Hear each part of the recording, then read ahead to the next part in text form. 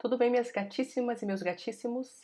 Hoje a gente tem uma live muito especial a respeito de como curar a sua criança interna ferida.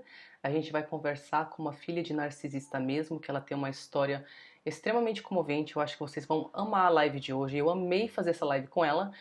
E eu já vou colocar o vídeo da live depois dessa partezinha aqui, é que eu esqueci de dar alguns recados na live. Então, para vocês que estão seguindo o trabalho, o workshop Entre no Seu Poder começou essa semana, a turma tá bombando, eu tô super empolgada, eu amo fazer esse trabalho, então toda vez que começa um workshop novo, eu já fico toda conectada com o processo das mulheres e dos homens que fazem parte desse processo poderoso de 8 semanas. Se você tiver interesse em entender melhor o que é ser filha de narcisista, por que eu ainda tenho umas sequelas que eu não entendo?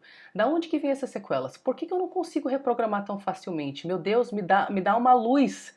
Se você quer essas informações que infelizmente ainda não estão amplamente disponíveis em português, você vai achar no workshop, você vai entender suas sequelas e você também vai aprender ferramentas práticas para reprogramar essas sequelas. É claro que em 8 semanas não se faz milagre, mas você vai entender exatamente como diferenciar entre as vozes tóxicas da sua mãe narcisista que ficaram na sua cabeça e como identificar as suas vozes e fortalecer as suas vozes.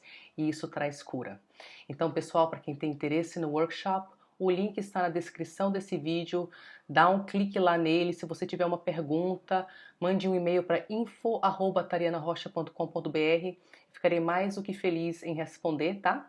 E vamos para a nossa live, que ela tá maravilhosa. Me deem um feedback dessa live, porque eu amei fazer essa live, tá? Um beijo para vocês. Tudo bem, gatonas e gatões? Sejam bem-vindas, bem-vindos a mais uma live. Hoje eu tenho uma live que, na verdade, a gente ia fazer na semana passada e aí teve uns probleminhas de saúde aí com o filho da nossa convidada, a Paula Ribeiro, e ela foi ter que ser mãe. Então, coisas que acontecem. Aí a gente colocou a live para hoje e a gente vai conversar a respeito da criança interna ferida, de como que a gente pode maternar essa criança interna, né? Como que a gente identifica ela, o que que a gente faz com ela e como que o processo de maternar essa criança, na verdade, vai nos libertando de vários problemas. A Paula acabou de chegar, deixa eu só esperar ela se conectar aqui e a gente já começa a nossa live. Aí vocês estão ouvindo o áudio tranquilamente, que eu tenho um fone de ouvido aqui, qualquer coisa. Vamos lá. Me confirme aí se tá tudo certo. Oi, meu amor! Tudo bem? Bem-vinda! Deixa eu só colocar aqui, desculpa o trem-treme. É que eu tô procurando uma Sim, senhora. posição. Eu acho que tá bom assim, tá? Acho que tá bom. Tá bom pra vocês, gente? O áudio tá tranquilo? Oi, Eliane. Oi, Paula. Se não estiver bom, eu vou buscar o fone também. Tá. Então, a gente vai começando, aí qualquer coisa, se eles falarem lá que não tá bom, a gente faz uma pausinha. Ah, falaram que tá bom. Então, bora lá. Ótimo. Bom, gente, hoje eu tenho várias coisas. Ela é urbanista, ilustradora, escritora, né? Paula Ribeiro. E aí eu gostaria. Hoje é um assunto extremamente importante para nós. Ela tem uma história realmente tocante. Eu acho que vocês vão amar a live de hoje. A gente estava tendo um papo antes da live, já deu tipo, quase uma hora de papo. Então, a gente tem muita coisa relevante para falar para vocês.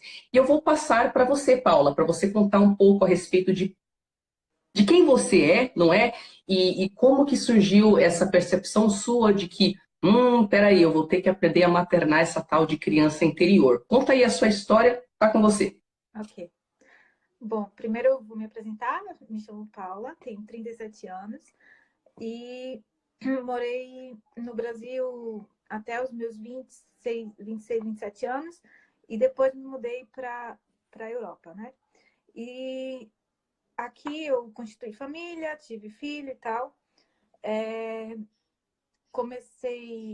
Trabalhava como urbanista no Brasil e aqui eu fiz um mestrado em Geografia Política Cultural. E tive que depois da maternidade, eu tive que me reinventar, porque a gente descobriu que ele tem uma síndrome neurodegenerativa. E eu tive que deixar a minha profissão de lado e me reinventar através da própria maternidade, né? Isso me despertou em mim a minha criança interior. E através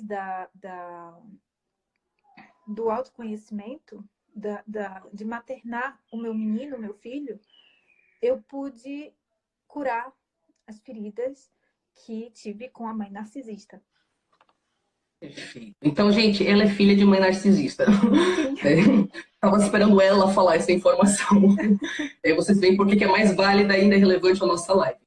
E aí, como filha de mãe narcisista, se encontrando na posição de mãe, o que você percebeu aí que te deu essa sacada de, meu Deus, existe uma criança muito ferida aqui dentro e eu preciso dar atenção para ela? Quando eu percebi que minha mãe, ela sempre exigiu perfeição de mim. Ela sempre exigiu que eu nunca era boa o suficiente. Então, tudo que eu fazia, ela sempre queria mais, sempre dizia que eu poderia fazer melhor. Você não fez mais do que sua obrigação. Nunca me deu um parabéns explicitamente, nunca me validou, na verdade. E aí, o que eu fazia? Em toda a minha vida, sempre tentei buscar o perfeccionismo. E enquanto mãe, também comecei a trazer esse molde para minha maternidade. Só que De que forma? De que forma? Perfeita, de tentar dar tudo o que ela não me deu. Claro que tentar. Meu medo era de ser, por exemplo, ser permissiva demais. Então, eu buscava livros de educação infantil, de psicologia e tudo, e tentava dar o melhor de tudo para ele.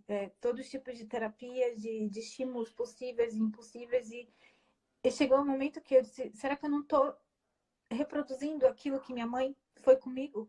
Tentando buscar, exigir o melhor do meu filho, tentar sugar a laranja até o fim, até o bagaço.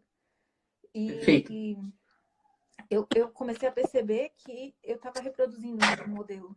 E eu não queria isso para minha vida. E eu percebi também que eu não sou perfeita. Ninguém é perfeito. Ninguém pode ser perfeito. A gente tem que reconhecer os nossos erros e lidar com essas imperfeições, porque no fundo, a gente se sente o tempo inteiro culpada. A maternidade já vem cheia de culpas, né?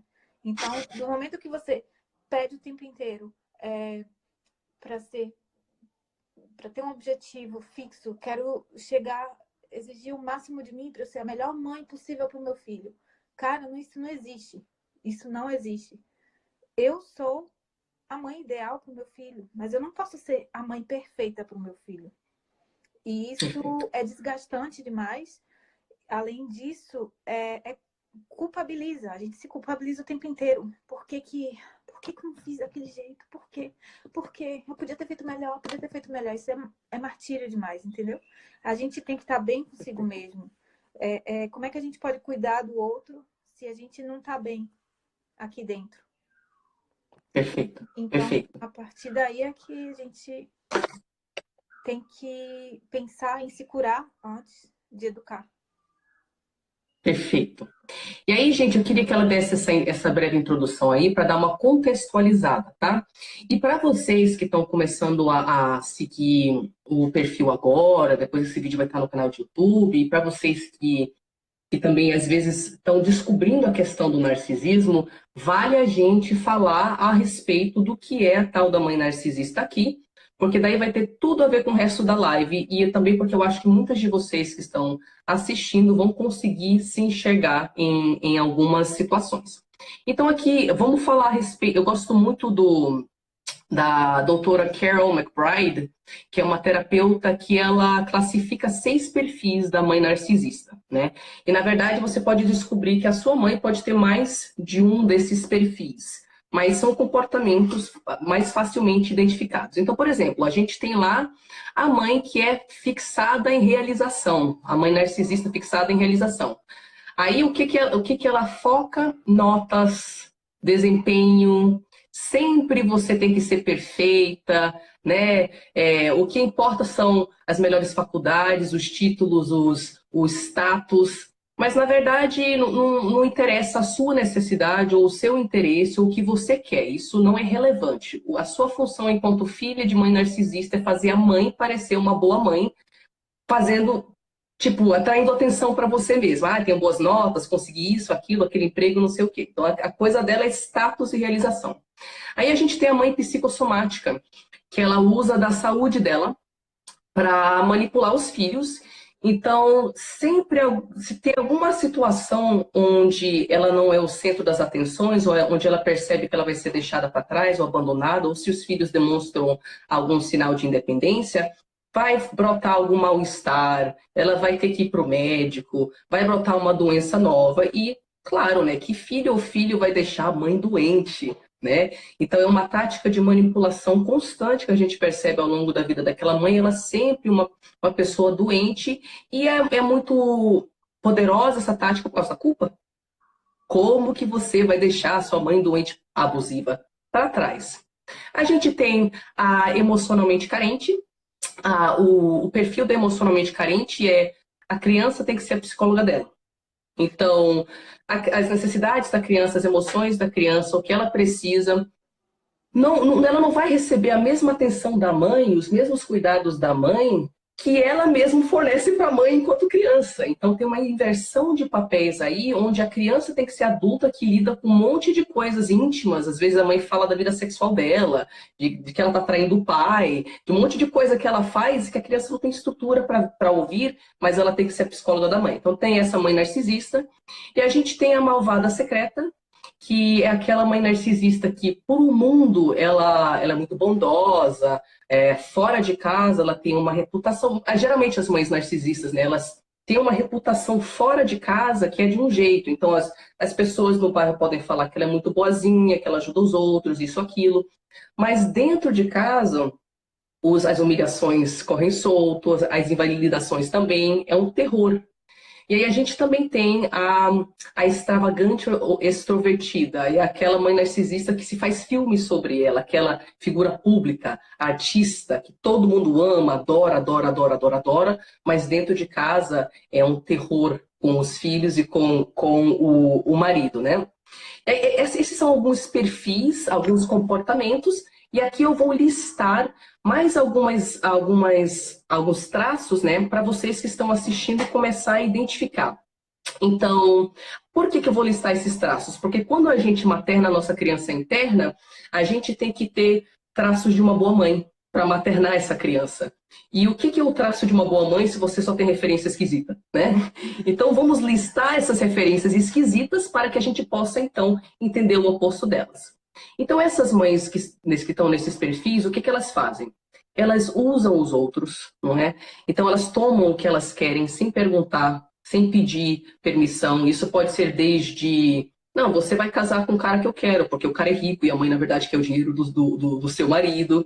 Até, não, eu vou pegar o seu dinheiro mesmo e não te fala, né? Quando a mãe administra o dinheiro da filha, desapareceu R$1.000. Então, na ideia da mãe, tudo é para ela, a mãe narcisista. E ela pode tomar sem nem pedir desculpas.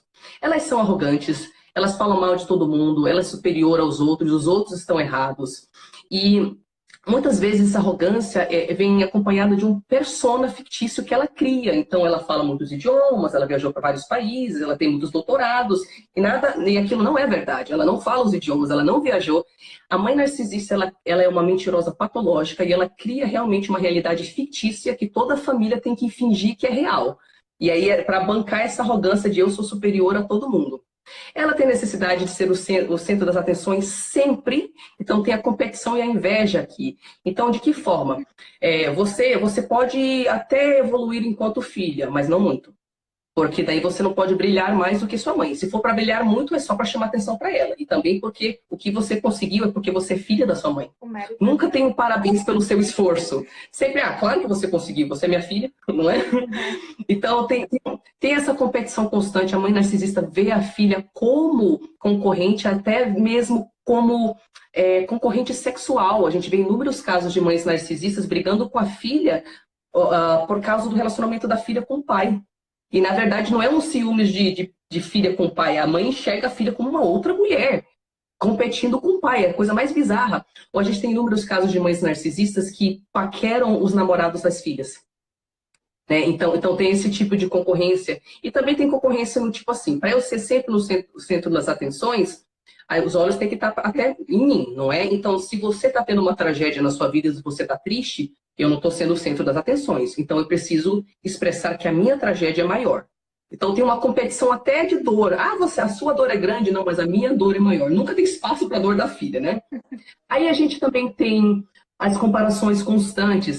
Você fez faculdade, tudo bem, mas tu sabe que o filho do vizinho fez uma faculdade melhor. A sua irmã fez não sei o quê. Né? Comparações constantes. Isso.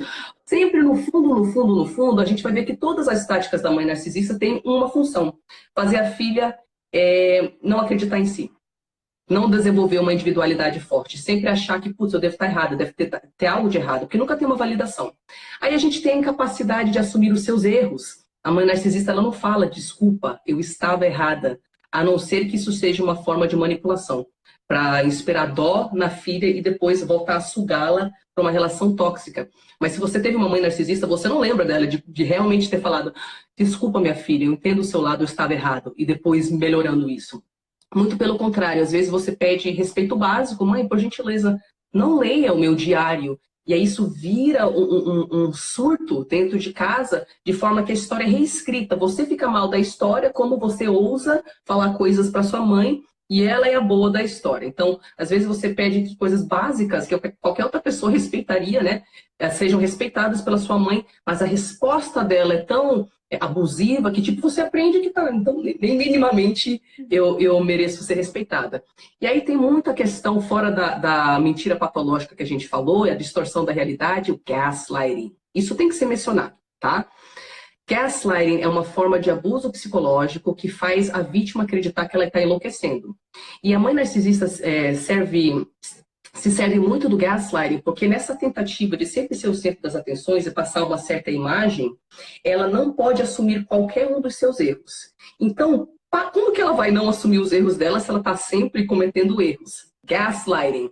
Nada como fingir que eu não fiz isso, você deve ter imaginado. Não, eu acho que você está distorcendo. Eu sempre soube que você tinha problema psicológico.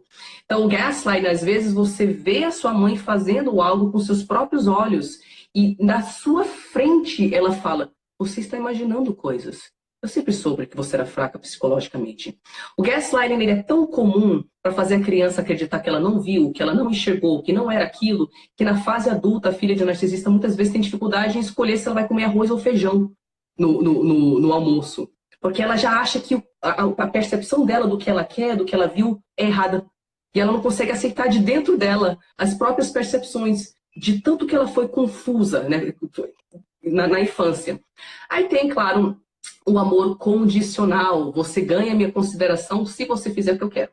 A partir do momento que você não faz o que eu quero, esse amor é removido. Por isso que muitas filhas de narcisistas têm a nítida impressão de que, poxa, mas a minha mãe é amorosa. Às vezes.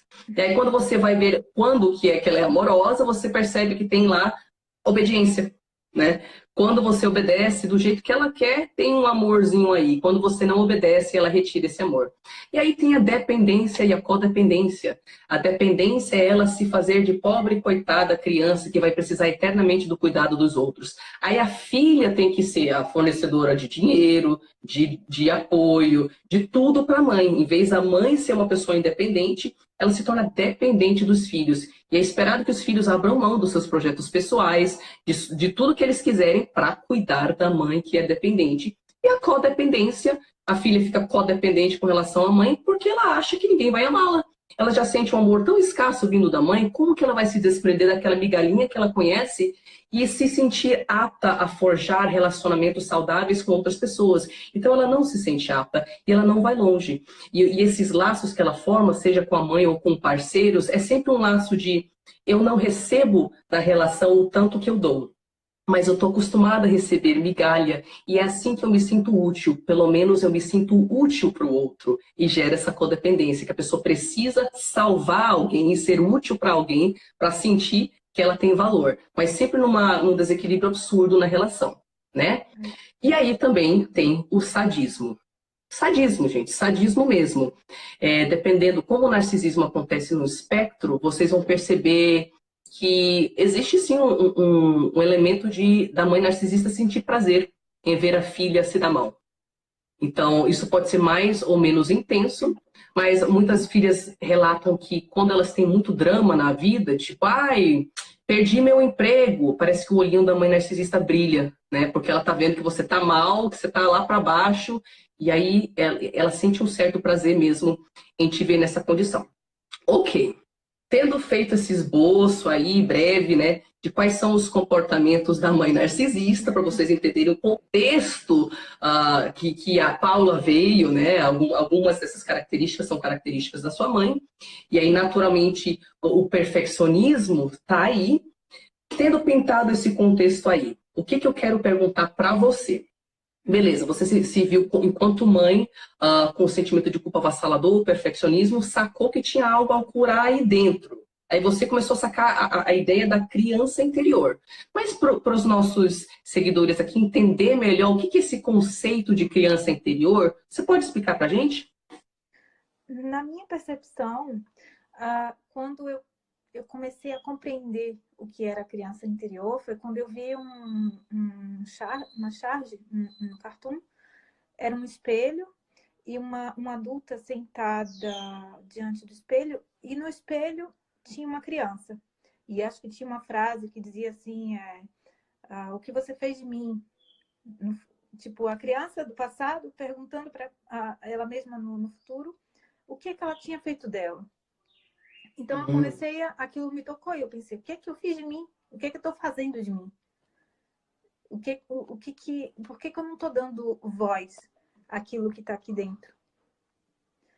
E a partir desse momento é que eu vim perceber que existia algo errado no passado e que eu poderia consertar. E foi justamente através da Muito bem. maternidade. Não sei outras mulheres que não são mães como poderiam fazer isso, mas no meu caso, foi através da maternidade que eu pude perceber que existia essa criança ferida em mim. Perfeito. E aí, existe a criança ferida, né? Uhum. E quando a gente tem uma criancinha saudável dentro da gente, como é que ela é? Quais são as Ela, características de uma criancinha? ela é feliz. Eu vejo através do meu filho. Eu sempre me projeto nele. Quando eu tento entrar no universo dele. E isso, eu vejo que ele é feliz. E quando eu vivo esse momento com ele, entro no universo dele, eu vejo quem eu sou realmente. Porque essa criança lá dentro, ela é feliz, ela vê um mundo cheio de cores, ela tem esperanças, para ela não tem limites. As coisas, sabe, a criança vive de sonhos. Então, Uhum. é essa verdadeira criança que existe dentro de nós. Ok, e por que que a filha de mãe narcisista tem que entrar em contato com a criança interna dela? Por que que é importante pra gente especificamente? Porque eu acredito que para não reproduzir esse modelo, né? Primeiro, para a gente estar de bem consigo mesmo, para não se culpabilizar o tempo inteiro. No meu caso, o perfeccionismo, eu me sentia sempre culpada. E resgatar essa criança interior me permitiu ser mais leve comigo mesma. Seja leve. Seja leve, não se exija tanto. Não entende? E entrar no universo infantil nos ajuda a compreender como a vida deve ser realmente. É um pouco aquela questão do Pequeno Príncipe. A gente se perde no fim da vida. Existe um molde, nos moldaram e a gente tem que resgatar aquilo que está lá. Você falou um negócio bem legal antes que... O bonsai? É isso, exatamente, que foi podado, é isso mesmo. Você tem Que a gente...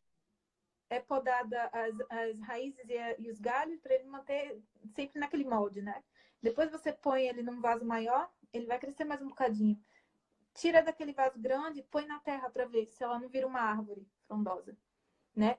Durante anos, você pode manter, sei lá, um bonsai de 20, 30 anos num vasinho pequenininho, num potinho. É como sair da caixinha, né? E como a gente tinha conversado antes, é como se a gente estivesse estagnado naquele molde.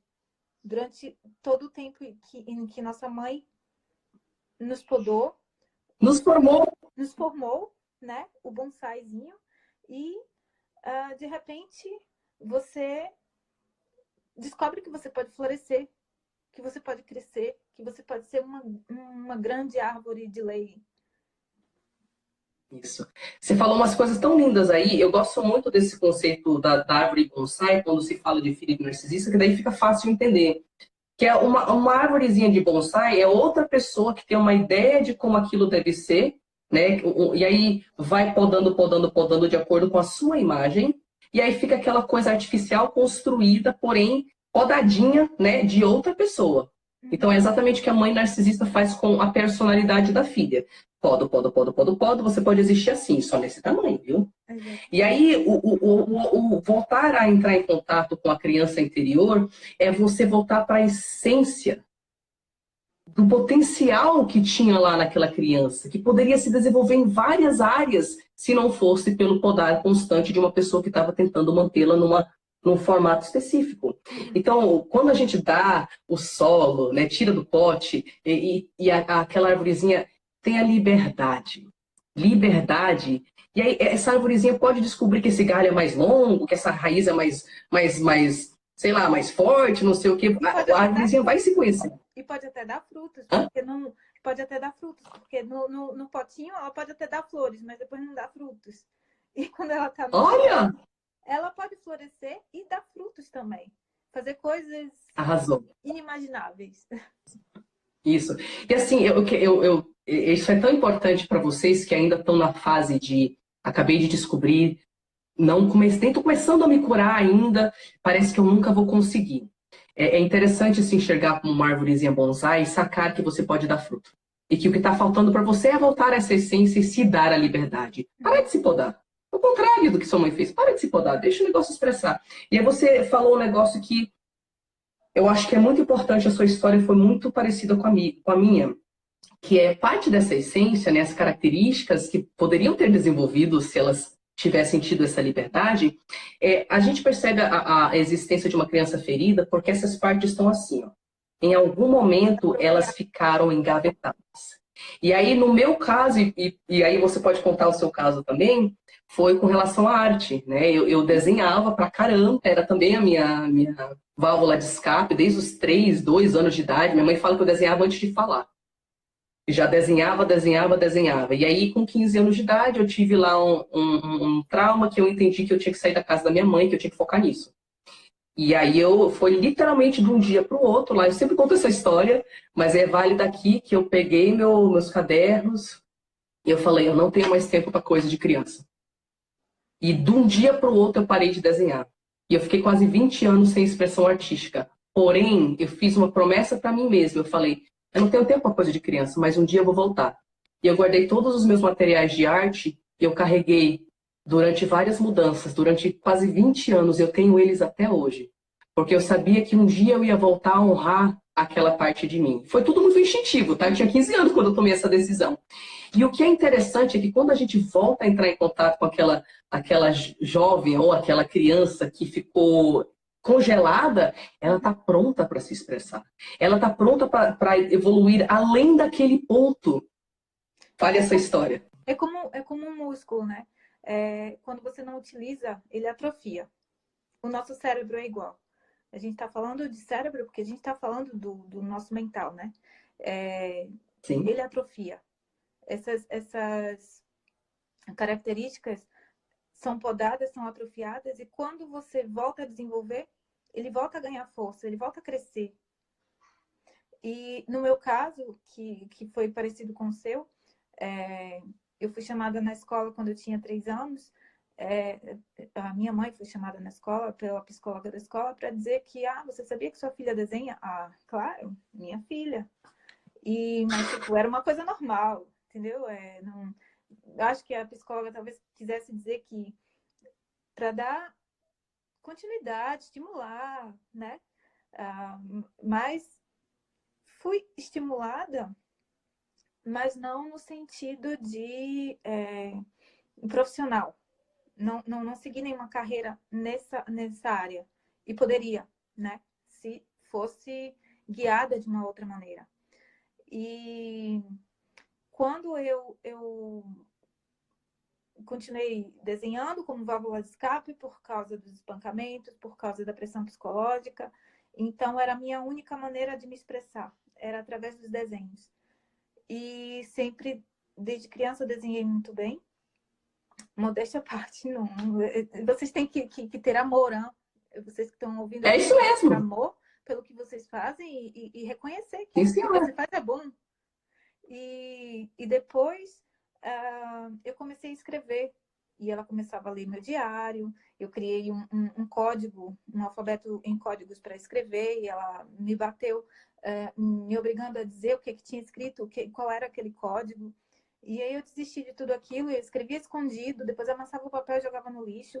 Mas era uma maneira de eu extravasar. Então a arte estava em mim, através da escrita, através do desenho. Era uma maneira de eu me expressar, na verdade. Na verdade, a arte é uma maneira de expressão. E como ela me podou, até os meus 20 anos, eu parei. Depois entrou a faculdade, comecei a vida profissional e tudo. Mas depois, com a maternidade, como o meu filho, eu precisei deixar tudo para cuidar dele. Esse lado do eu, quando eu fui buscar a minha criancinha lá, ferida, parece que eu tinha parado naquele momento da atrofia. Então, eu Muito fui esquisito. resgatar aquele músculo atrofiado e fazer ele crescer outra vez. Então, comecei a escrever de novo, comecei a desenhar de novo. E o meu primeiro produto foi um livro, que era uma expressão de amor que eu tinha, que eu tenho pelo meu filho. É um livro infantil, onde eu relato como é a síndrome, como a gente vive. É uma história que fala essencialmente de empatia, coragem e amor. E foi ilustrado também por mim. E eu entrei no universo dele para tudo que está no livro é o que ele pensa, as coisas que ele dizia e que ele imagina como é o mundinho dele, o universo dele. E então eu escrevi e desenhei de acordo com o que ele pensava. E para isso eu tive que entrar no mundo dele, tive que voltar a ser criança. E a partir daí é que eu comecei a resgatar o meu eu, a minha criança ferida. Comecei a cuidar dela. E quando ele tinha, sei lá, um ataque de nervoso, eu sentava com ele para conversar com ele. Isso já é uma coisa diferente do livro, mas só para exemplificar que através daquela dor dele e da empatia, eu me colocava no lugar dele e pude ver e sentir raiva da minha mãe. Por que ela não sentou comigo também? Por que ela não me explicou daquela maneira? Por que ela não me pegou no colo, não me fez um carinho, não me deu um beijinho? A lembrança que eu tenho da minha mãe de levantar a mão para mim isso na frente das pessoas, foi para fazer isso aqui no meu cabelo, colocar o cabelo atrás da orelha. E eu me esquivei, que eu pensei que ela ia me bater. E tipo, hoje, se eu levanto a mão pro meu filho, ele se achega, entende? Ele se encosta na minha mão, ele não foge da minha mão. Porque ele sabe que ele vai receber de mim é amor. Então, existe uma inversão do que eu vivi. Existe aquele outro lado também do perfeccionismo que eu tentei, foi o lado negativo.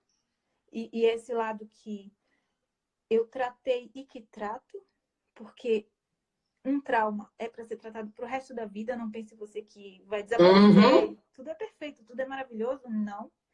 É algo paulatino, constante, todos os dias. É como... voltamos à questão do músculo. Se a gente se exercitar, a gente vai ter bons músculos. Se a gente parar, vai ficar tudo flácido. É igual. O cérebro funciona da mesma maneira. A gente tem que treinar, reprogramar e treinar, reprogramar e treinar. E através disso é que a gente pode de identificar onde está o erro, onde está a falha e mudar. Pronto. Aí, só puxando todas as coisas que você falou aqui para ficar contextualizado para quem está entrando agora. Você teve a parte artística, foi podada, deixou para trás, virou urbanista. Com o seu filho, a síndrome dele, você se viu na necessidade de se reinventar. Meu Deus, eu tenho que reinventar minha vida aqui para estar com meu filho, não sei o quê. Na interação como mãe com seu filho, você percebeu a sua criança ferida e se conseguiu até ver situações parecidas que você estava vivendo com seu filho e situações parecidas que você vivia com a sua mãe, só que você agia de forma diferente, porque você usou a sua referência dolorosa para gerar uma referência positiva. E aí você teve esse convite, né, da vida para você voltar a entrar em contato com a sua criancinha e maternar ela. É isso? É isso, exatamente. E aí... perdão, eu te faço uma pergunta, depois eu te corto. É isso? E aí, o que eu achei legal foram as formas que você foi percebendo através de padrões tóxicos que você tinha na sua vida, que existia a tal da criancinha ferida, né?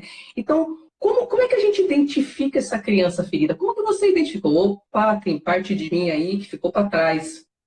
Sim. Quando eu pensei que tinha algo de errado comigo, é quando aquela questão de ser muito agressiva nas minhas respostas, de eu querer sempre a aprovação do outro. Como tinha esse superestímulo do perfeccionismo, eu tentava ser boa em tudo que eu fazia, dava o máximo de mim em tudo. Então, quando eu ouvia a crítica, eu não aceitava. Eu sempre relutei em aceitar críticas. Então, eu respondia mal. Eu feria porque eu estava ferida. A gente dá aquilo que tem. Então, eu feria porque eu estava ferida. Então, para mim, não... Eu acho que aquela coisa que estava presa, porque quando minha mãe não validava o que eu fazia e que ela dizia que estava ruim, eu me feria e eu não rebatia muitas vezes porque eu dizia assim, o que eu tenho que fazer mais? O que eu tenho que fazer mais para agradá-la? Por quê? Por que ela não reconhece? Então, é natural que a criança tenha aquela carência, né? Natural da relação do filho para a mãe. E quando eu tava... E quando vinha de outro de fora, aquela raiva que deveria ser de mim para ela, saía para o outro, que não tinha nada a ver com o meu problema. Eu tive que resolver o meu problema para não ferir o outro. O problema estava comigo. E aí você falou um negócio que é válido para todas nós aqui ficar de olho. Quando você tem uma mãe narcisista, frequentemente fica uma grande carência. uma grande carência, uma sensibilidade muito grande com relação ao seu valor. E essa carência, essa sensibilidade com relação ao seu valor, sua sensação de ser inadequada, ela vaza em todas essas relações. Às vezes ela vaza no trabalho, ela vaza na sua relação pessoal com o seu marido, ela vaza na sua relação com as suas amigas, porque você, em vez de sentir a raiva da sua mãe, você sente da pessoa. Pela mesma ferida que a sua mãe causou. Em vez de receber a aprovação da sua mãe, você espera da pessoa. Em vez de receber aquela atenção da sua mãe, você precisa da pessoa. Então, enquanto a gente não entra em contato com a nossa criancinha ferida e entende que ela tem necessidades que foram invalidadas na época de atenção, atenção! Gente, tem prova. A gente sabe que se uma mãe não olha dentro do olho de um bebê, ele é capaz de não se desenvolver fisicamente. Então, são coisas muito além do que a gente imagina. O valor, a importância do contato ocular, sabe? De uma mãe olhar dentro do olho da criança e enxergar um ser humano lá dentro. Enxergar um ser humano, um indivíduo. Isso, toque. Exatamente. Então, essa criancinha nossa, ela fica com todas essas carências. Todas essas carências. E aí, elas vazam nas nossas relações com os outros, aí a gente percebe. E aqui eu vou listar algumas formas que vocês podem ir percebendo esses vazamentos, né? Então, vamos pensar na criança. A criança é egocêntrica. Ela ainda é o centro do mundo dela, né? Então, quando a gente tem uma criança ferida na fase adulta, a gente age de uma forma assim. Então, a gente pode ser birrenta, né? As coisas não foram do jeito que eu quero, então a gente tem aquela resposta emocional. Tem que ser do meu jeito, não sei o quê. Como uma criança. E aí também a gente pode ficar esperando um salvador. Porque no fundo você se sente uma criança abandonada. Então tem que ter um adulto que vai vir te salvar. E às vezes esse salvador é o seu relacionamento amoroso. Você está esperando. Ou uma amizade. Então, perfeito. A gente também percebe uma criança ferida porque a gente tem dificuldade em regular as emoções e tem surtos muito difíceis de regular. Agora, vamos entrar aqui num desse detalhe para vocês sacarem. Porque o que acontece com as filhas e filhos de narcisistas? É normal essa sequela de não conseguir regular suas emoções. As duas sequelas mais normal é não conseguir formar laço afetivo saudável e não ter conhecimento do seu mundo interior, não conseguir regular suas emoções. Então a gente fica com menos ligações neurais nas partes que não foram desenvolvidas. E por que a parte de regular as emoções não foi desenvolvida? Porque depende da sua mãe ter ensinado algumas coisas para você. Quando uma criança tem as respostas dela, ela está tentando expressar uma necessidade para a mãe. Né? Tá tentando fazer com que role uma comunicação aí. Aí tem o choro, tem as coisas que a criança faz para tentar chamar essa atenção. E às vezes a mãe não responde. E se, por exemplo, se eu fiquei com raiva de alguma coisa, né? Válido, eu fiquei com raiva de alguma coisa. A minha amiguinha roubou a minha banana. E eu começo a chorar, minha banana, não sei o quê. Se eu tenho uma mãe que chega e fala, o que foi, meu amor? O que está acontecendo? O que você está sentindo? Raiva. Aí a criança identifica o que ela está sentindo. Porque a mãe perguntou. Exatamente. Né? Ok, você está sentindo raiva por quê? Porque meu amigo roubou minha banana. Poxa, faz sentido a sua raiva. Valida a raiva da criancinha. Ela entende que o que ela sente é válido. E aí você pode ensinar alguma coisa para ela. Poxa, mas o seu amiguinho ele não compartilhou a maçã dele com você mais cedo? É verdade. Não é legal? Não foi legal compartilhar? Foi legal. É verdade, eu quero compartilhar. Enfim, a mãe conversa com a criança para ela entender o que ela está sentindo, para validar o que a criança está sentindo e para ela chegar a uma conclusão a respeito de como que ela vai administrar aquela situação. Se você está chorando porque roubaram a sua raiva e a sua mãe dá risada de você, ou então fala, engole o choro. Engole o choro. Vou dizer, não, basta. Não importa, eu te dou outra banana. Não é? Pronto. Não é outra banana. Não resolveu. Exato, não resolveu. Não administrou emocionalmente a questão. Não administrou. Então, como que você vai aprender isso na fase adulta? Então, você não aprendeu. Ela não administrou junto com você. E aí é normal, gente. Exatamente. Então, essas questões podem ajudar você a perceber uma criança ferida, essa falta de alfabetização emocional e tal. E aí, eu queria, na verdade, que você falasse, beleza, percebi esses padrões tóxicos na minha vida, perfeccionismo, a culpa, não conseguir aceitar a crítica, dar patada nos outros, opa, tem uma criança ferida lá. E como que você consegue começar a reprogramar essa criança ferida, as crenças dela, as sequelas dela? Quais são algumas ferramentas que alguém pode lançar a mão? Bom, no meu caso eu uso bastante a PNL, a programação neurolinguística, a auto-hipnose, ou hipnose também, terapia. Eu faço terapia com meu marido e com meu filho por causa da síndrome que ele tem. É mais uma terapia familiar e tal. Mas isso ajuda também, auxilia um pouco na questão da criança interior. E ajuda também no sentido da educação da criança. Quando você cuida do seu eu interior, da sua criança ferida, quando você muda, você não precisa mudar seu filho, você não precisa castigar seu filho, nem bater no seu filho, nem gritar com ele. Não, é com conversa e com postura, é com a sua atitude. Quando você muda aqui, quando você cura o que está ferido, o que está doendo aqui, o seu filho vai refletir, vai ter reflexos na vida da criança. Ela vai mudar também. Sim. Sim. E aí, eu queria chamar a atenção para um negócio aqui, que é o seguinte. A gente está falando, né, dela maternar a criança ferida dela maternar o filho dela. E aí, para deixar isso mais claro, acontece dessa forma mesmo dentro da cabeça, tá? Quando se manifesta a nossa criancinha ferida, ela lá fica birrenta, ou não aceita crítica, ou seja lá o que for, né, que é a manifestação dela, ela chega com cabeça de criança.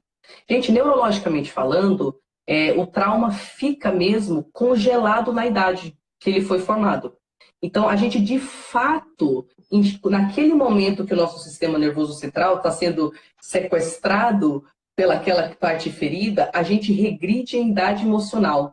E a gente regride na nossa percepção das coisas do mundo. A gente vira uma criança mesmo. A gente perdeu aquela... Sim, exatamente. O carinho, precisava da questão do carinho. Então, aquela conexão neuronal foi cortada, não passa mais energia. Como se fosse um cabo. Isso. Cortou aqui o cabo, então não dá para desenvolver mais. Isso. Então, tá, tem aquela criancinha lá. O que a gente faz? Na verdade, o processo que ela está descrevendo, que ela faz com o próprio filho, a gente faz dentro da nossa própria cabeça. E aí surge um fenômeno interessante, tá? Quando você percebe que tem uma criança ferida, você percebe a necessidade de maternar. Cadê? Quem vai maternar sua criança? Você, né? Você. Então, brotou uma criança, tem que brotar uma adulta. E aqui é um momento interessante, porque às vezes você não tinha certeza que tinha uma adulta lá dentro. E aí, olha só, sabe como você falou que quando você dá a sua mão pro seu filho, ele se aconchega? Uhum. Né? Então, dentro da nossa própria cabeça, a gente também está tratando a nossa criança de um certo jeito. Então, às vezes, dentro da nossa própria cabeça, a nossa criança lá foi imperfeita, a gente fala para ela, por que você foi imperfeita? Uhum. A adulta está agindo está tratando a criança do jeito que foi tratada. Então, a partir do momento que você começa a perceber que tem uma parte sua que internalizou os comportamentos da sua mãe narcisista, rejeita essa parte. E busque dentro de você uma referência amorosa de mãe. Tá, eu não tenho. Se você está tendo dificuldade em achar dentro de você, você pode buscar fora de você. Eu observo a minha irmã, que é super amorosa com os meus sobrinhos. Eu assisto seriados, filmes, observo 24 horas por dia ao meu redor o que é saudável, o que não é saudável nos tratamentos entre o adulto e a criança. Você pode fazer pesquisa para ter a sua referência. E a partir do momento que você cria referência de, putz, qual seria uma resposta amorosa para com a minha criancinha que está se sentindo imperfeita, não sei o quê? Aí você pode escolher que aquela parte adulta do seu cérebro tenha essa resposta amorosa. E as mesmas coisas que você faz com seu filho, de acolher, explicar, ter paciência, deixar evoluir, porque é uma criança, tem que ter espaço. você tem que fazer com a sua parte. Uhum. Então, ai, mas ele me deu uma crítica, eu não aceito você, essa crítica não sei o quê. Tudo bem, mas o que tem de errado com essa crítica? Ele falou que eu sou grossa, não sei o quê. Ok. Como que você se sente a respeito disso? Tipo, é falar com você mesma. Ser amorosa com você mesma. Tari, por que você tá com medo de sair de casa? Porque as pessoas vão me achar esquisita. Essa é a criancinha que fala. Tá bom, Tari. Mas como é que é a tua vida sem amigos? Ai, é muito triste. Você não prefere ter amigos? Então, é um diálogo que ocorre entre a sua parte adulta, isso, e a sua parte criança. E ela é maternada como se fosse um serzinho mesmo.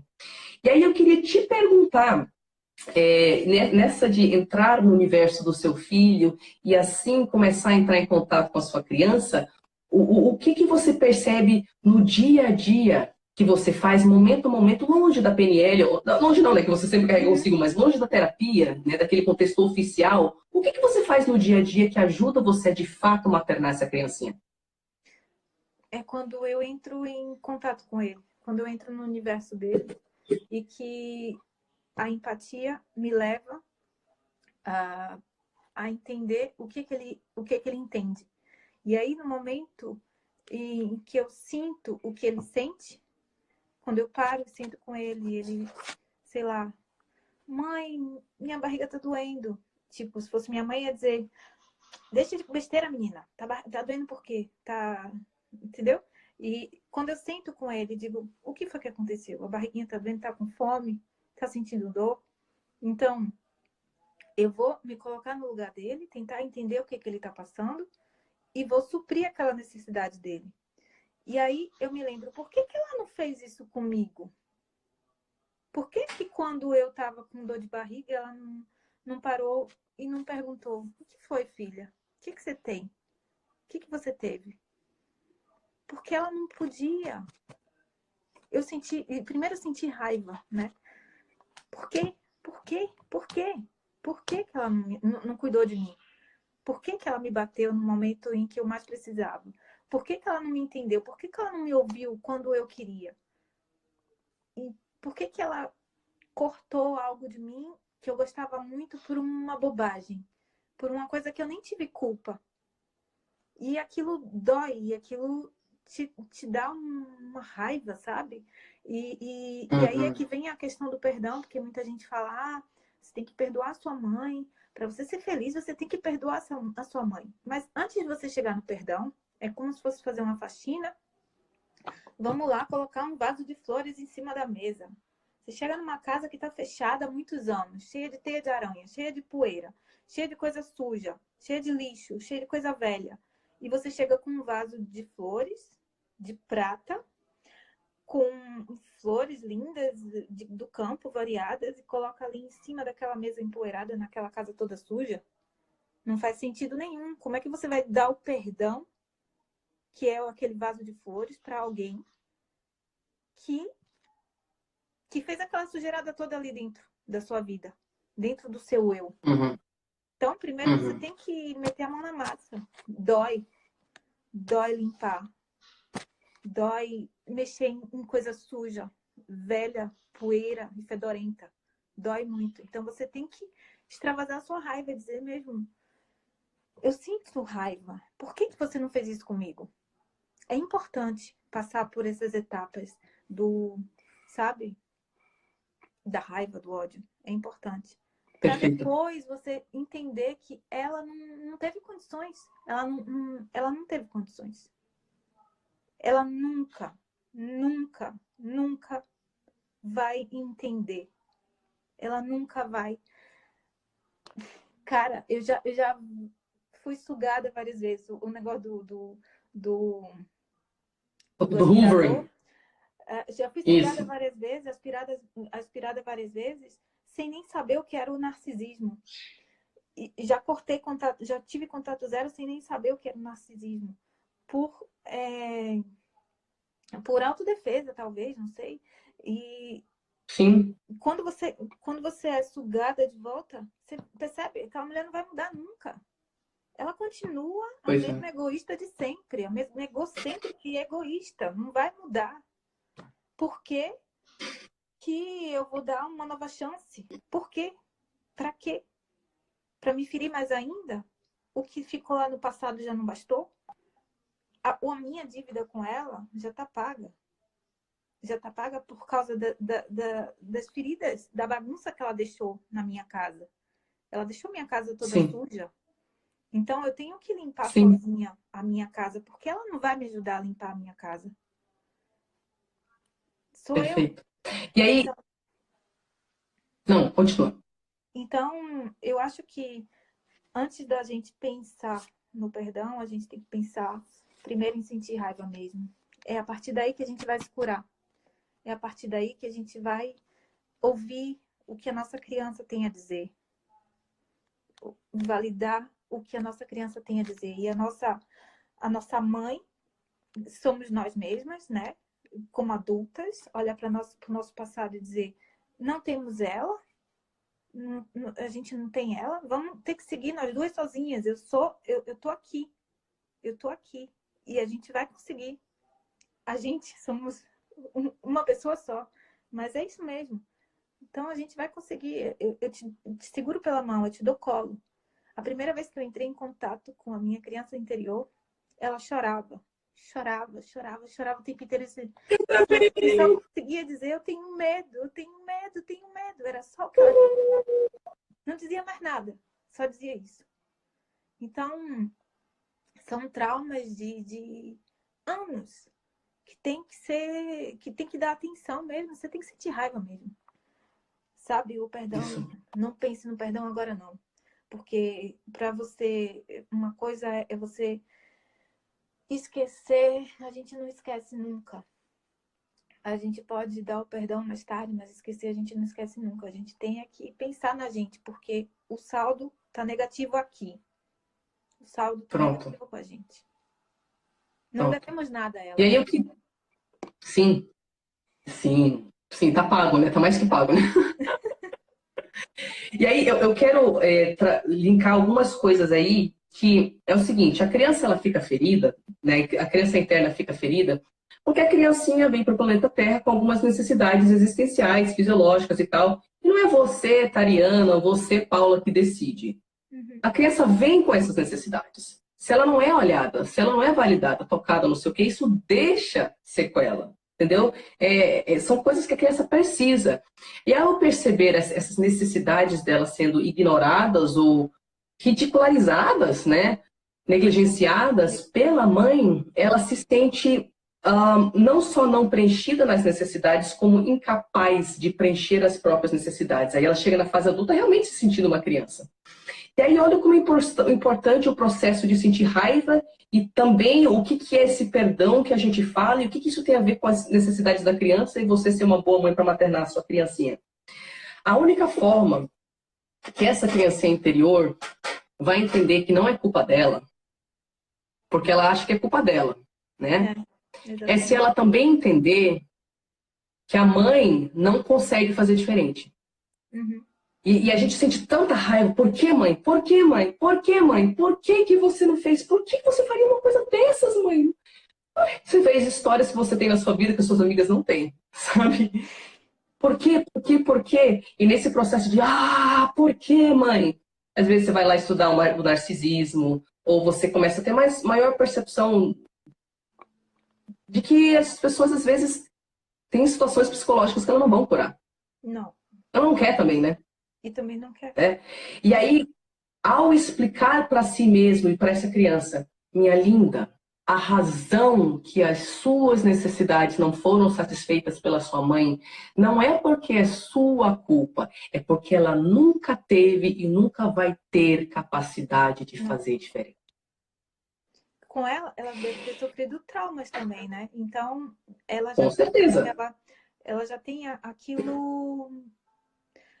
É como eu estou dando um exemplo aqui, não tem nada a ver, mas bom, um psicopata, por exemplo, não é o mesmo transtorno, não é o mesmo perfil, mas ele não tem noção do que ele está fazendo, do mal. Ele pensa que ele está fazendo certo na cabeça dele. A mesma coisa é a mãe narcisista. Ela pensa que ela está fazendo bem, que aquela maneira é a certa. e ela nunca vai voltar atrás porque ela pensa que é daquele jeito e ela tá ali irredutível. Então, é um problema que tá com ela, não tá com você. Você não tem culpa. Você não é a culpada de se sentir daquele jeito. Ela te fez Perfeito. se sentir daquele jeito porque ela também não teve a base para agir de Sim, uma outra maneira. sim. E o interessante é, conforme você vai realmente entendendo que nunca foi sua culpa, e você, claro, são vários processos que vão acontecendo. Você aprende a se maternar, você se distancia, você começa a validar sua própria percepção das coisas, sua própria ideia, você começa a reconstruir sua vida. E conforme todas essas coisas vão acontecendo, você vai criando uma vida forte longe da sua mãe e você vai sacando que ela não teve a capacidade de fazer diferente, aí começa a acontecer o tal do perdão. Uhum. E esse perdão não tem nada a ver com o que a gente acha que é perdão na sociedade, que é fingir que tá tudo certo, que é, não, eu não sinto nada, mas tá tudo certo. Não, é compreensão que de lá não vem nada. Uhum. Essa compreensão. De lá não vem nada, e perdoar também é entender que de lá nunca poderia ter vindo nada. Não. Essa compreensão. É uma sacada de que, lá é um deserto. Então, me dou liberdade de criar o meu oásis. Isso é perdoar. Por isso que o perdoar, ele é um processo espontâneo que acontece, não é uma coisa que você tem que forçar, você não tem que pensar em perdoar sua mãe, não pense em perdoar sua mãe, porque você, enquanto filha de narcisista, vai partir do pressuposto de que você tem que perdoá-la porque você é errada. E não é isso.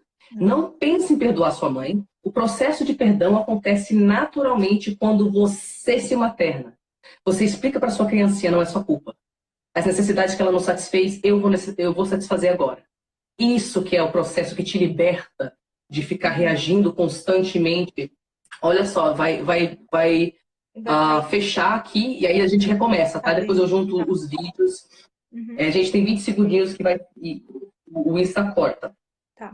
Aliás, vamos já fechar e eu já começo. Aproveita e faço um xixi, me aguardem 2 segundos que a gente já recomeça a live, tá bom? Tá bem. Até já. Beijinhos. Beijo.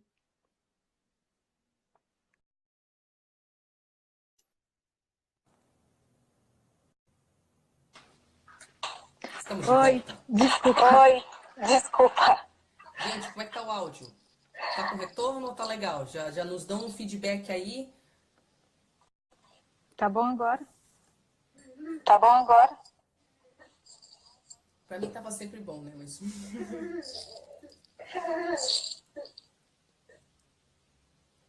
Pessoal, fala alguma coisa aí pro pessoal. Tá. Vocês estão me ouvindo? Eu tô tendo retorno. No meu próprio fone. No meu próprio... Então, talvez seja o meu celular. Vamos ver se não é a questão aqui comigo.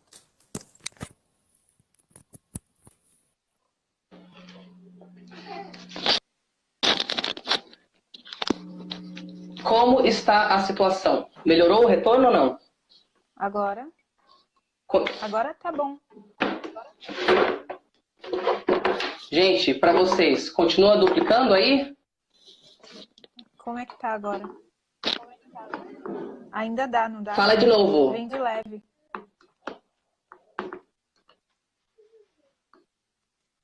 Eita, pessoal. Eu acho que ainda tá dando bem de leve. Não, agora tá bom. Já não ouço mais. Melhorou? Já não ouço mais. Ah, então beleza. Confirmaram aqui. Bom, falaram que tá... Ixi, ainda tá com retorno, gente? Ainda? Tá menor. Vamos tentar fazer desse... Vamos tentar terminar desse jeito mesmo? Parece que tá menor. Tá baixinho. E agora?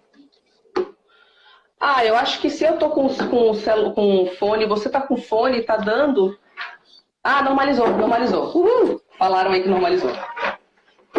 Arrasou. Eba! Por que será? Isso. Agora melhorou. Não sei. Eu já tive esse problema em outras lives também, eu não sei o que acontece. Mas é isso. Vamos lá, então. A gente estava na parte onde a gente estava falando a respeito de explicar para sua criancinha que a sua mãe não tinha capacidade de fazer melhor, que é natural que essa criança passe por um momento de raiva, mas que conforme você vai explicando para ela que nunca teria sido diferente, né? E nunca vai ser diferente, essa criança consegue ir entendendo a situação e também entendendo que agora tem uma outra adulta que vai cuidar dela, que não é a mãe tóxica, né, da qual a gente espera o amor. E sim, essa vozinha dentro da nossa cabeça que vem maternar a nossa criança e que vem conversar com ela do jeito amoroso, paciente, que a nossa mãe narcisista não fazia. E aí, o que eu queria trazer aqui é que a gente aprende não só a maternar a nossa criancinha e deixá-la bem tranquilinha de que ela pode voltar a ser criança, como a gente fortalece a voz da adulta e a gente começa a se sentir uma adulta pela primeira vez na vida. Porque muitas de nós nos sentimos infantilizadas, né? Criancinha mesmo, incapaz de lidar com algumas coisas. E conforme você chama a adulta... conforme você vai chamando essa adulta, você começa a se sentir uma adulta. E aí você consegue ser as duas coisas. Criança, quando é para ser criança, né? Aí o exemplo que eu dei foi, por exemplo, o seu filho, você quer brincar com ele, você pode ser criança com ele. Mas aí, em outros momentos que é para você ser uma adulta, que é no momento de aceitar uma crítica, não é? No momento de administrar suas emoções, aí você pode ser adulta. E aí eu te perguntei, ok, e como é que é esse equilíbrio de ser adulta e criança? E você pode falar mais a respeito da frase viver entre sonho e realidade? Isso que eu queria falar. Sim. Você falasse. No sentido de viver entre sonho e realidade, o sonho seria, no caso, o que você é realmente, o que te dá prazer, as coisas que você faz no seu dia a dia, que você busca recursos para você viver a realidade. Porque, na realidade, todo mundo tem problemas. Não existe vida perfeita, todo mundo tem...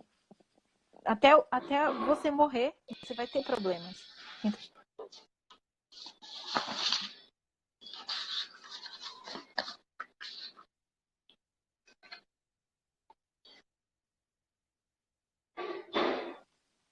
Sim. Já voltou? Tava cortado. Agora voltou, deu uma cortadinha. Então, todo mundo, você busca as coisas que é da sua essência, que você quer expressar, e isso é viver o sonho. Mas aí, viver na realidade, é você sacar que, né? Você tem problemas, você tem coisas reais do mundo para lidar. Sim. Então, quando você vive os seus sonhos, você vai buscar energia para viver os problemas também. Quando você chega na hora do problema, você não panica. Você tá esvaziado, tá relaxado. E você pode sentar e ter um equilíbrio e pensar como é que você pode reagir diante dos fatos.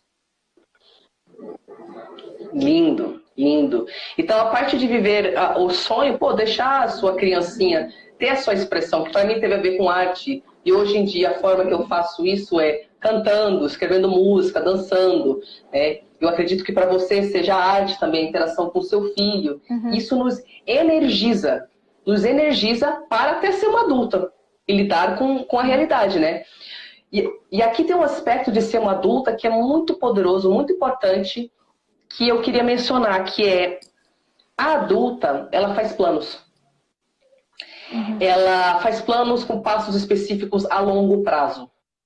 Isso é importante mencionar porque a gente sabe que a pessoa que sofreu trauma, particularmente que sofre de depressão, ela tem realmente um bloqueio em conseguir enxergar que existe um depois do momento dela. Ela acha que aquele momento é pro resto da vida. Ela não sabe que tem um depois, que tem um amanhã. E é uma deficiência que fica na nossa capacidade mesmo de projetar o depois. A gente está preso na dor há tanto tempo que a gente não vislumbra nem possibilidade de que seja diferente. E a partir do momento que você começa a maternar sua criancinha, chamando a adulta, você começa também a se libertar da ideia de que você precisa sentir a mesma dor pro resto da sua vida. E você começa a sacar que tudo que você estava esperando de outra pessoa, que você nem sabia que você estava esperando da sua mãe narcisista, agora que você não vai receber dela, você se liberta para autorizar a sua adulta interna a fazer os tais dos planos. E aí, que loucura que, tanto para mim quanto para as minhas duas irmãs, uma das coisas que mostrou que a gente estava fortalecendo esse adulto interior aí, é o fato de que a gente começou a planejar a longo prazo. E nos momentos de maiores sequelas, né, da tendência suicida das minhas irmãs, a dependência química, não tinha esse depois. Não tinha, e não tem amanhã. Só tem hoje. Né? Não tinha. Então é forte esse negócio de pensar no longo prazo. Você quer falar alguma coisa a respeito disso? Sim. Porque quando eu comecei a pensar em viver um dia de cada vez, porque antes eu vivia muito ansiosa, né? Por causa daquela vida de perfeccionismo, você tem que produzir, você tem que ser assim, assim, assim, assim. Era muita ansiedade. Então, eu vivia muito projetada no futuro. Eu não vivia o presente. Eu estava sempre vivendo o futuro. Pronto. E você não pode viver também no passado. O equilíbrio é não viva do passado, não viva do futuro, ansiosa pelo futuro. Viva o hoje, o presente, um dia de cada vez. A maternidade, através da síndrome manifestada no meu filho, eu pude aprender isso. Viver um dia de cada vez. Hoje ele pode estar hospitalizado, amanhã ele pode estar muito bem. Então eu tenho que viver todos os dias intensamente, aproveitar e fazer 1000 coisas com ele. Viajar, curtir, sair todos os fins de semana, visitar museus durante a semana, fazer coisas inusitadas. Viver como se eu fosse morrer amanhã, como se ele fosse morrer amanhã. Isso me ensinou a viver um dia de cada vez. Porém, eu comecei a pensar, não, mas eu ainda posso sonhar. Eu ainda posso sonhar, mas eu não quero viver ansiosa como eu vivia antes. Né? Então, foi isso que me ajudou a projetar daqui 5, 10, 15 anos. O que eu quero para minha vida? Como é que eu vejo a minha vida daqui a 10 anos? Então, planos. Projetos. Existem projetos na minha vida daqui a 10, 15, 20 anos.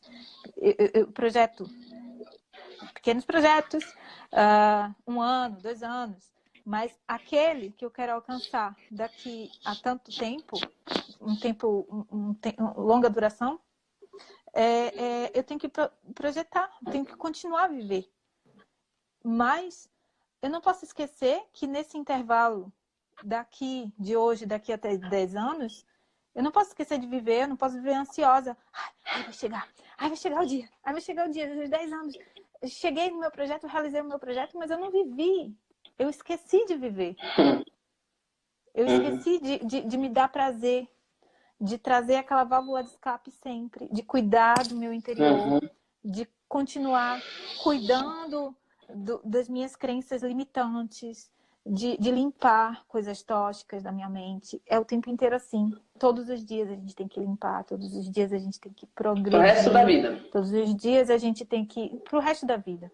Não importa o tempo do seu projeto futuro, o que você tem. E para você entender, sacar o que é que você quer daqui a 10 anos, você tem que se conhecer. Porque se você não se conhecer, você não vai conseguir projetar nada. Você não vai sair do lugar. Então, tratar do eu, tratar da criancinha, tratar do eu real, é isso. É todos os dias buscar ferramentas, buscar terapias, buscar, sei lá, todo tipo, pessoas, apoio, né? Uma melhor amiga. É difícil ter amigos quando a gente tem uma criação dessa, mas sei lá, aquela pessoa que você confia bastante, que te entende, que vai te ajudar. No meu caso, é o meu marido. Ele estuda comigo, ele lê os mesmos livros que eu leio sobre psicologia, sobre PNL. Para ele se ajuda, logicamente, e ele me ajuda também. E a gente se entende, e a gente para, a gente conversa, a gente analisa. E a gente vive, né? A gente fica naquele ciclo de a maternidade me ensina, eu aprendo com meu filho, eu aplico na minha vida o que eu aprendo com ele e eu ensino a ele também, porque a gente também tem experiência, a gente também tem bagagem, a gente entende mais, a gente já está com o cérebro amadurecido e buscar essa cura nos ajuda também a educar a criança. É um ciclo, na verdade. Sim, sim. Você falou muitas coisas aí que são bem legais, que é, olha só, quando a gente não materna a nossa criancinha, ela se sente tão insegura com tudo, por que não ia se sentir, né? Ela tá aterrorizada com tudo o tempo inteiro, a verdade é isso que ela conhece, o medo, né? ela se sente tão insegura com tudo que ela fica ansiosa com o futuro. Porque não parece que ela pode descansar. Se ela descansar e respirar meio segundo, quem que vai controlar toda a existência dela? Né? Ela não consegue descansar, ela não se sente adulta para isso. E também aí ela também não pode ser criança, porque daí nunca você se dá um prazerzinho. Não, eu não vou sair de casa, eu não terminei aquele projeto. Poxa, mas você podia sair 30 minutos para tomar um café e você já ia se sentir melhor para voltar pro seu projeto. Mas não, vou me punir porque eu tenho isso, aquilo. Então a criança não maternada, ela é hiper ansiosa e ela nem se dá prazer e nem consegue interagir com o futuro de um jeito saudável. Aí a gente se materna. Putz, não só eu posso estar no presente e curtir o agora, mas eu também posso fazer isso porque minha parte adulta já projetou o 15 anos, o 20 anos, o 10 anos. Então, já que já está projetado, essa parte adulta fez esse trabalho, não tem que ficar pensando nisso, não é? Eu vou viver o aqui, e aí eu vou fazer o que eu tenho que fazer hoje. Então, você consegue ser a adulta que se projeta sem ansiedade para o futuro e você consegue ser a criança que curte agora, sem ficar pensando no que tá por vir porque já tá cuidado. Isso é muito legal. E você falou mais uma coisa que eu vou confirmar, validar para todo mundo aqui, tá? Quando a gente descobre esse negócio do narcisismo, mesmo que a gente não conheça a palavra narcisismo, porque você falou que você fez contato zero e tal, sem conhecer a palavra.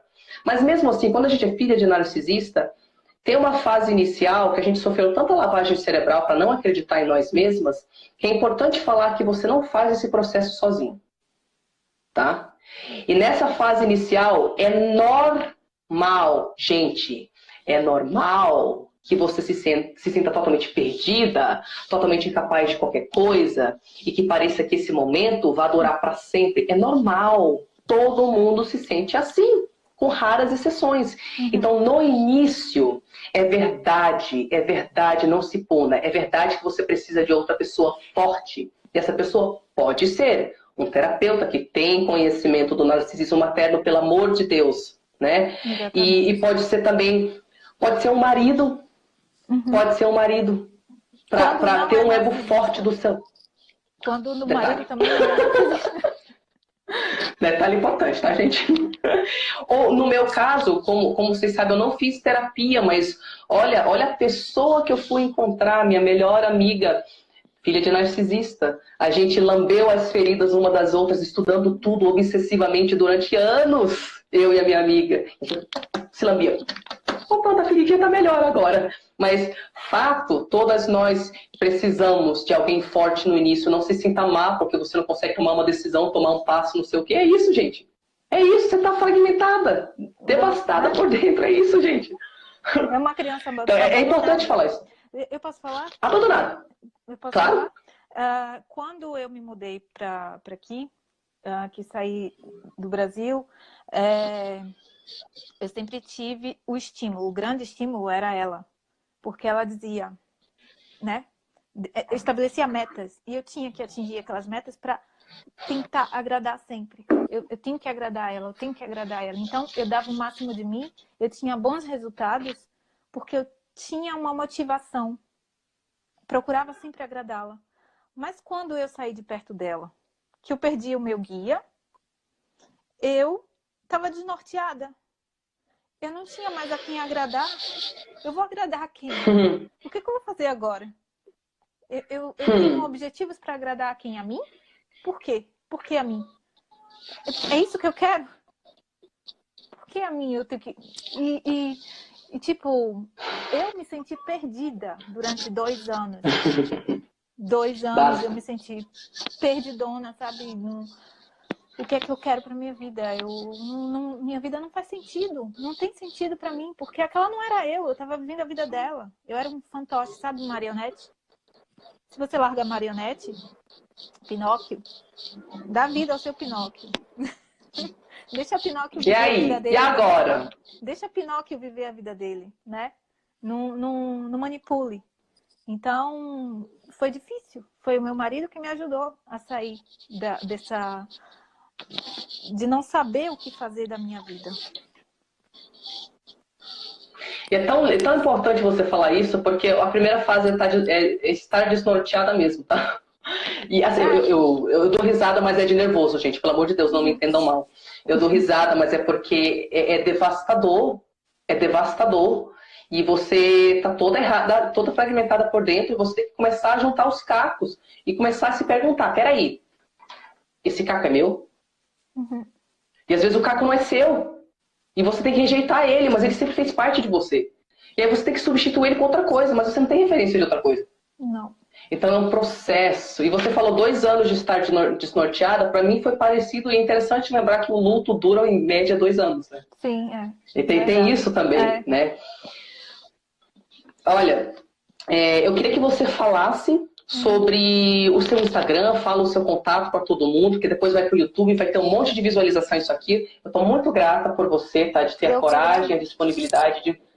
muito grata mesmo. Eu sei que não é fácil falar disso em público, e você trouxe muito valor para o canal, e o pessoal vai amar. Então, muito obrigada mesmo, tá? Obrigada a você, pelo espaço também, pela disponibilidade.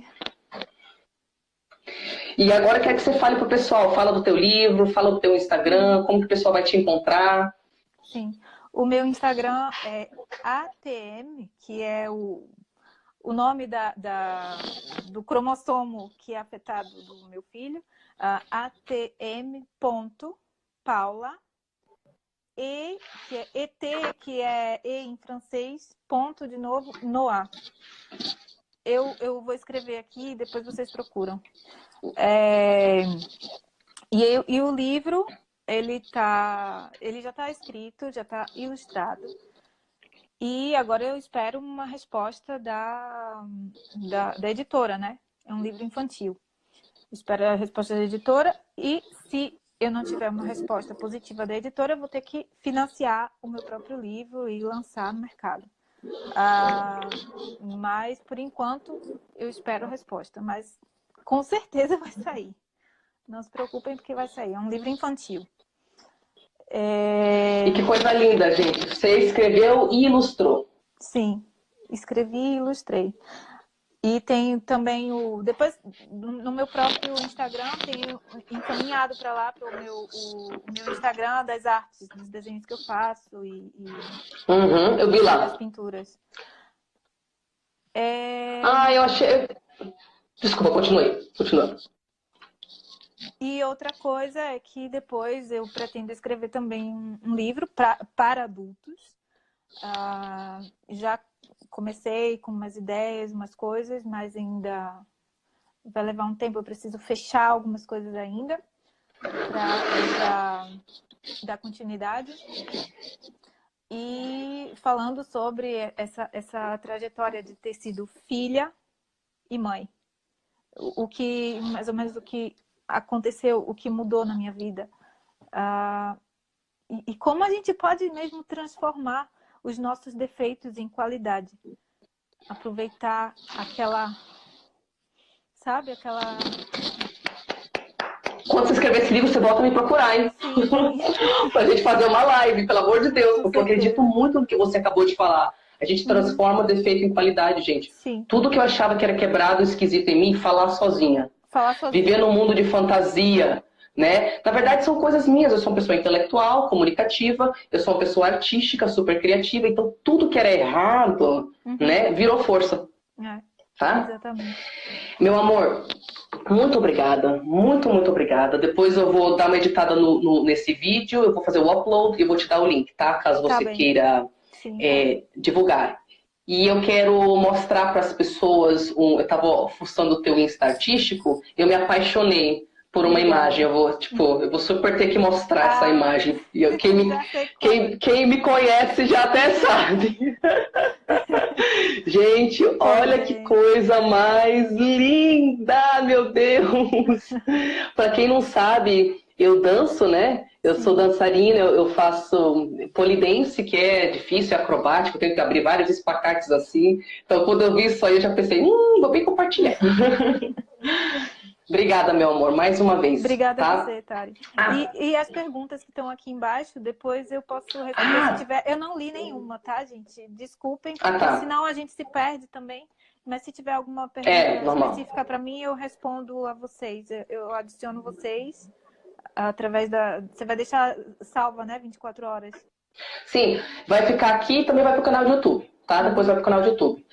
Tá. Para o pessoal que está aqui conectado, começou ontem o workshop Entre no Seu Poder. Ele é um processo feito por filha de narcisista para filhas de narcisistas, para dar o passo a passo desse processo inicial devastador, né? Que a gente não tem informação, infelizmente às vezes não tem profissionais qualificados, às vezes sim, graças a Deus, muitas têm a sorte de encontrar um bom profissional. E o workshop ele vai te dar a educação que você precisa para entender. O que é ser filha de narcisista? O que é esperado? O que eu posso esperar do meu processo de superação? E, acima de tudo, como que eu fortaleço o meu eu? Como que eu volto a ter contato com a minha essência? Que é isso que a gente perde. Então, o link para o workshop está na biografia do Instagram, no YouTube está na descrição do vídeo, tá? Vai sempre estar na descrição de alguma coisa. Se você tiver interesse, dá tempo para entrar na turma, a turma já está bombando. É transformador. Se você está perdido no seu processo de filha de narcisista, eu recomendo que você dê uma olhadinha no currículo para ver o que a gente aprende. São 8 semanas inteiramente online, vocês interagem comigo todos os dias, tá? Também tem live em grupo. Então, a ideia mesmo é que seja uma transformação, choque aí, para você começar bem esse processo aí de individuação, de voltar à sua essência, tá bom, meus amores? E acho que é isso que a gente tem a falar. Um beijinho para vocês. Um beijo. Muito obrigada, Paula. Beijo, obrigada a todo mundo Adorei. que participou, que esteve aqui na audiência. E obrigada, Tari, pelo espaço, pelo papo. Foi muito bom. Foi muito produtivo. Eu gostei bastante. Foi muito bom. Amei. Sim, também. Também. Beijo, meus amores. Beijo. Tchau. Tchau.